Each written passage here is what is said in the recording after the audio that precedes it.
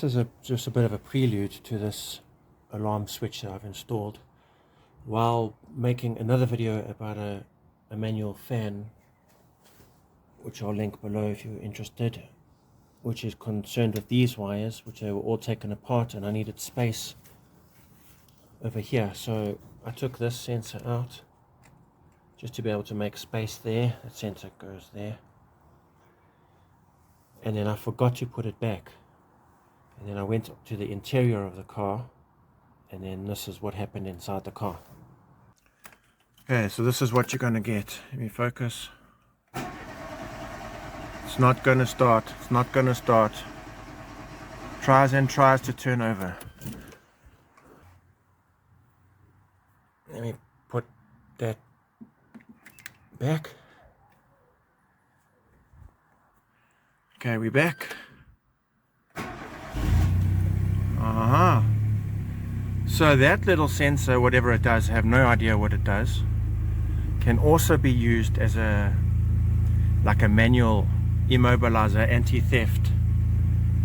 You could put a switch somewhere, you can intercept one of those wires, run it through, put a switch somewhere here, which will also fox the thieves. So and as another part of this video, I'll show you what I did do. A switch behind the seat, and you can alternately do that one as well, which will be a double deterrent for thieves.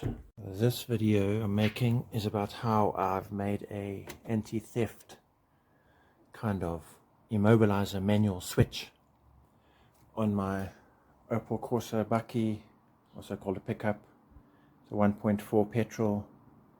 I live here in South Africa, well, I guess car thefts are high anyway, but you got to be quite careful here. So what I've done is intercept it. Well, okay, so this is just one of those that just joins those two pins. So this is a close-up of the actual fuse connection. I've just used two of these things, or fork, lug, whatever you want to call it. Okay, so let me show you here. Oh, come on. Okay, so you're going to join that piece of metal, going to just empty plastic, and that piece of metal going to that empty plastic space. Let me just pause and zoom out a little. Okay, so I'll put the first one in. Okay, that one just goes like that. The other one does the same. So you're just connecting, the fuse is not being bridged here, it's being bridged in the interior of the car. Excuse the non-professional photography, I hope you can see that. Okay, so those are done. That is fuse number 8 in the fuse box. It's something important to do with the ignition, I'm not sure what. And I just ran electrical wire around, past the battery, well, through the firewall, and I've removed the glove box and installed over there an inline fuse, and the wire comes down, goes along in there. I've just hidden it in all little panels. It goes along and comes out here. And that's just a normal old manual toggle switch. So that wire goes to the engine, to those two lugs. This wire doesn't do anything.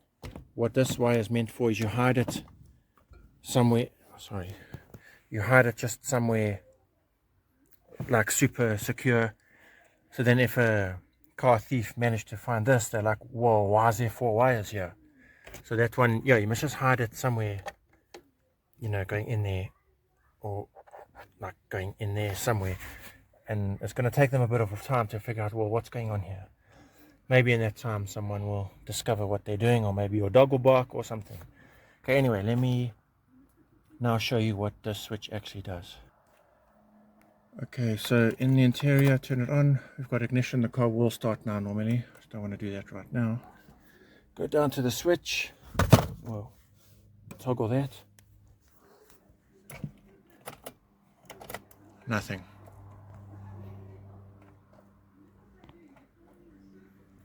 Nothing. It's dead. The radio doesn't come on. Nothing comes on. Central locking does still work, and it doesn't drain the battery, so it works really nicely. Let me turn it on. Oh, there, everything's come on. I left the ignition on. So I hope my video can help you secure your car a bit. Please excuse the mess that was behind the seat. It is a utility pickup, which I do use a lot for gardening and taking things to the dump, and I don't really get time too often to clean it. So yeah, I hope this video has helped you.